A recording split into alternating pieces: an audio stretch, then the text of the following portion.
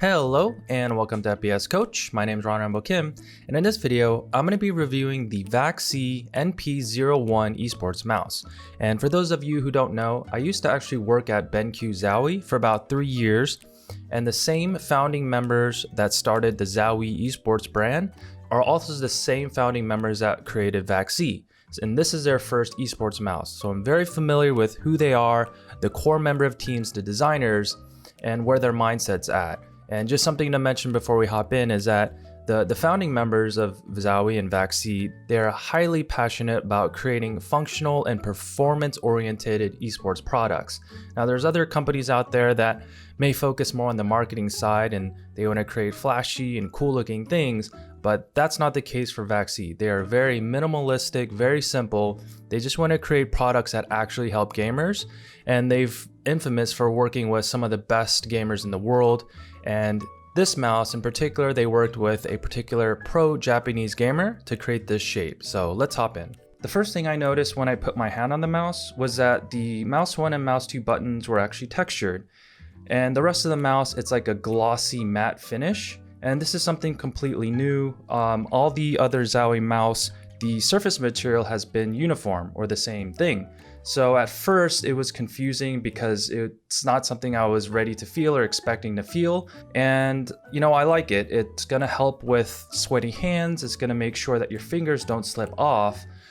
For me, I'm personally kind of OCD with like little textures and like, you know, if there's a dust or speck on my mouse pad. So it took me a few minutes to get used to, but from a functional performance standpoint, it makes sense. VAXEE has pointed out that their buttons are extremely durable, allowing users to aggressively click and press down the buttons. I gave the buttons several tilty slams off camera, and I haven't had any issues yet. As for the feeling of the clicks, it feels like quality. There is a healthy amount of trigger resistance where I have to commit to pressing the button down, whereas on cheaper mice, the clicks are flimsy, which induce accidental misclicks. And after pressing the buttons down, the rebound of the clicks, or when the clicks are resetting, it's super quick, so it allows me to single tap super fast. The mouse wheel itself, it has a different design to it, or a different tread you could say. The other ZYGEN Davina mice, it had a little grooves that just go down the middle. It looks like a ladder, you could say, but this one, it has like an S curvature to it, which means that the protrusions or the treads for it stick out a little bit more to the sides of the mouse. So maybe if you have your fingers to the side, you can still get that scroll wheel, whereas in the ZYGEN mouse on the sides, there is no tread there. And in terms of the feel and the commitment, it's definitely one where you're not gonna make miss wheel clicks, or in other words, you do have to commit when you scroll up and down. In terms of the side buttons on the mouse, they also feel very familiar. Again, probably the same technology as the ZYGEN Davina mice that I've tried, something you definitely have to commit to. You're not going to easily misclick, and it has a solid feel overall in terms of the click down and the let go. Another thing to mention about the mouse 1 and mouse 2 buttons that are different with this mouse and the other ZYGEN mouse is that you'll notice that the buttons have their own shape to it, or their own border, or their own piece. Whereas in the other ZYGEN mouse, the whole top shape or the form is one solid piece. And I think this is a good idea because what it feels like for me is that I know that if I'm clicking that button anywhere in the cutout or the shape, I know I'm going to get a click. So that's something too that you guys should definitely test when you get a mouse, is go ahead and click around the entire area of mouse 1 and mouse 2 and see if the buttons are actually registering and clicking. And then right above the mouse wheel, you'll notice that there's this little island of space where if you're a 131 gripper, someone like me who just recently converted, you can put the tip of your middle finger on there to allow for that 131. Looking at the mouse cable and the front of the mouse, you'll notice that a cool feature is that the cable is actually elevated a little bit. So when it's exiting the mouse, you could see it's not flush with the mouse pad. So for gamers that don't have mouse bungees or cable management devices, this is a feature that's kind of already built in for you. That way the cable doesn't drag on the pad. Another new feature that this mouse has that the other ZYGEN mice does not is that they've started using a paracord style cable or shell for the wire. In the other ZYGEN mice, they're using the kind of old school, old technology of having the rubber casing or rubber shell, which is significantly heavier than the paracord style. And also with rubber, it has a tendency to have more surface friction. So when you move the mouse, say if you didn't have a bungee, that rubber will be rubbing across the table, the mouse pad, and definitely affecting the feel of the mouse, the weight of the mouse, and the freedom of motion. So this is a great call by VAXEE. Looking at the bottom of the mouse, something also different is that the mouse gates are actually this super white looking, like whiteboard style, very glossy mouse gate, whereas in the other ZYGEN mice, they were black. And I like this call with the white color because it helps me visually see if there's maybe any like gunk or oil built up on it, or if there's any scratches. So it helps me know when I need to replace them or clean them. And now looking at the 3 buttons on the bottom there, we could see that we can instantly switch between the DPIs, no drivers needed, and then also color coded just to let us know which ones we're at. And then to the right of DPI, we'll see the polling rate. So you get 3 options, 125, 500, and 1000. And to the right hand side, another new feature that's not in other ZYGEN mice is that there's 3 numbers here. It says 2, 4, and 8. And this allows us to adjust how responsive or how quick our double clicks are registered on the mouse. And here are the specifications of the mouse. So we could see that the sensor is the PixArt PMW3389. It is using Huano 60-gram switches, 24-step scroll wheel system, and then the 75-gram weight overall without the cable. Here are the overall dimensions of the mouse. So if you're kind of interested in maybe pulling out a ruler or comparing it to some of the other mouse you have, you can go to the website of probably any mouse that you have and you'll see the exact dimensions, or hopefully you'll see the dimension of the mouse. And then I'll give you a little bit of feeling, but let me do my best here to describe that to you compared to other ZYGEN mice. All right, now taking a look at the mouse from top down, it's definitely a right-handed shaped mouse. As we can see in the bottom right-hand quadrant, there's definitely a curvature that sticks out.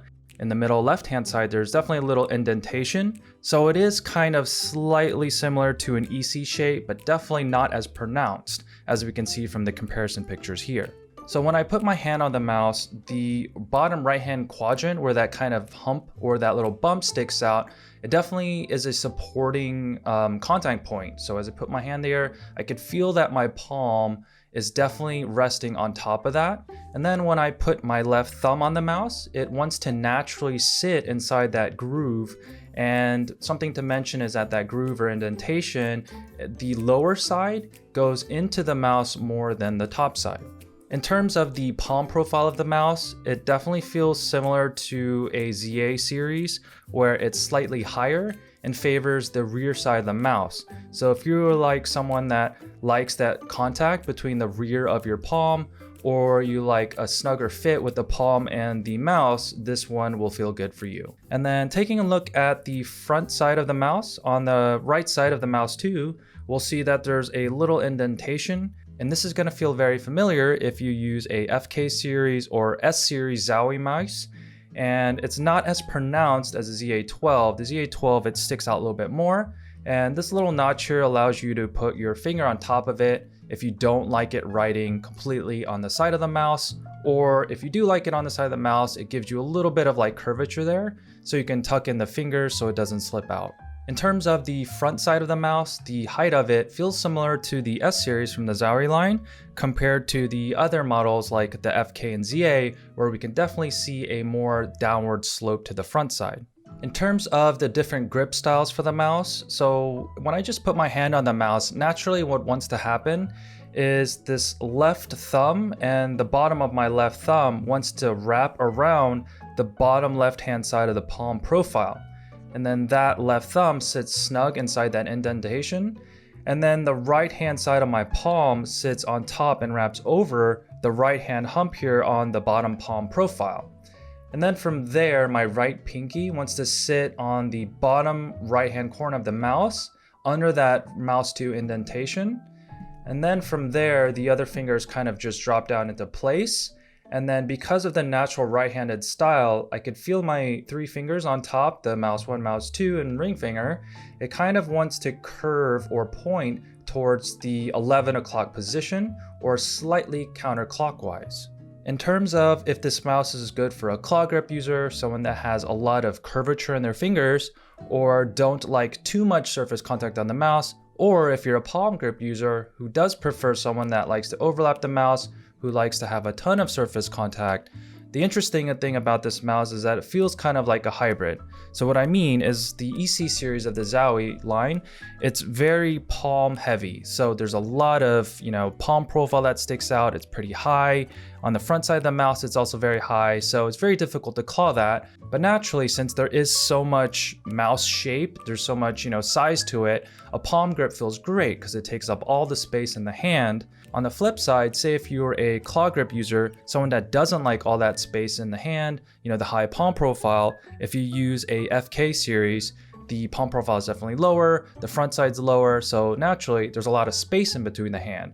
So this mouse, it's kind of like a hybrid. It's got the features of the EC series, it's got the kind of higher palm profile with the ZA, so that palm profile is gonna fit snugly, it's gonna fill up that space in your hand. But because the top side isn't as high as the ZA series, there's going to be naturally a little bit of gap in your fingers unless you flatten them over. And if you do flatten your fingers, it does take up the space in the hand. So it kind of works as a palm grip, not as well as the EC series, but it can be done for sure. And if you're a claw grip user, it can definitely work that way as well because the palm profile, again, isn't like this EC series. So if you want that extra space, you can just position your hand a little bit more towards the back side of the mouse. That way, the palm profile doesn't fill up as much space, and then you get that extra kind of curvature in your hand and all that freedom of motion that the claw grip provides. I know there's a lot of you who use the Logitech G Pro wireless mouse, and looking at it from kind of like a bird's eye view without putting your hands on it, they look pretty similar. But, with mice, the slightest bit of changes in curvature, feel is completely different from what you see, right? So just a quick comparison between these two mice is that if you like the G Pro Wireless Pro, but you do like that kind of right-handed shape, and you do want your right thumb to fit more snugly into the mouse and you want some more support there, and if you want slightly more palm support towards the rear, if you want a snugger fit, then the NP-01 is for you. And in terms of the sensor and how it's picking up my aiming motions and how it feels with my crosshair and my sensitivity, what can I say? It feels exactly the way I expect it to feel. If you've tried any other of the ZYGEN mice, you know that when you move the mouse around, there's not going to be any input lag, any jitteriness, or kind of weird feeling from your hand to in the game. And another thing I want to be honest about is I haven't even checked if the sensors of this mouse and the ZYGEN mice are different. So I'm not one who kind of compares the mouse sensor technology. I'm just worried or more focused about, does the sensor feel good in my hand? Does it feel intuitive? And if I move my mouse a certain way, does it behave like I want? And this mouse exactly does that. If you're interested in checking out their webpage, I'll leave a link in the description box. Just a heads up though, this mouse has only been out for a few days and it's already sold out. And with the price point of $59.99 US with a 1-year warranty, I can see how this mouse is going to be in high demand. And just in general, I'm just super excited to see what other products VAXEE has in store for us. They mentioned that they will create gaming and esports products, but other products in general beyond gaming. So they've been very secretive in that front. I know they've got some brilliant minds, some world-class designers, and people that have been in esports since the beginning, so I have no question they're going to create amazing stuff. Hopefully this video was helpful in some way. If you guys don't already know, I have a full comprehensive aiming course. You could check it out at fpscoach.com. It's literally everything I know about aiming to help shortcut your path to reaching your aiming potential.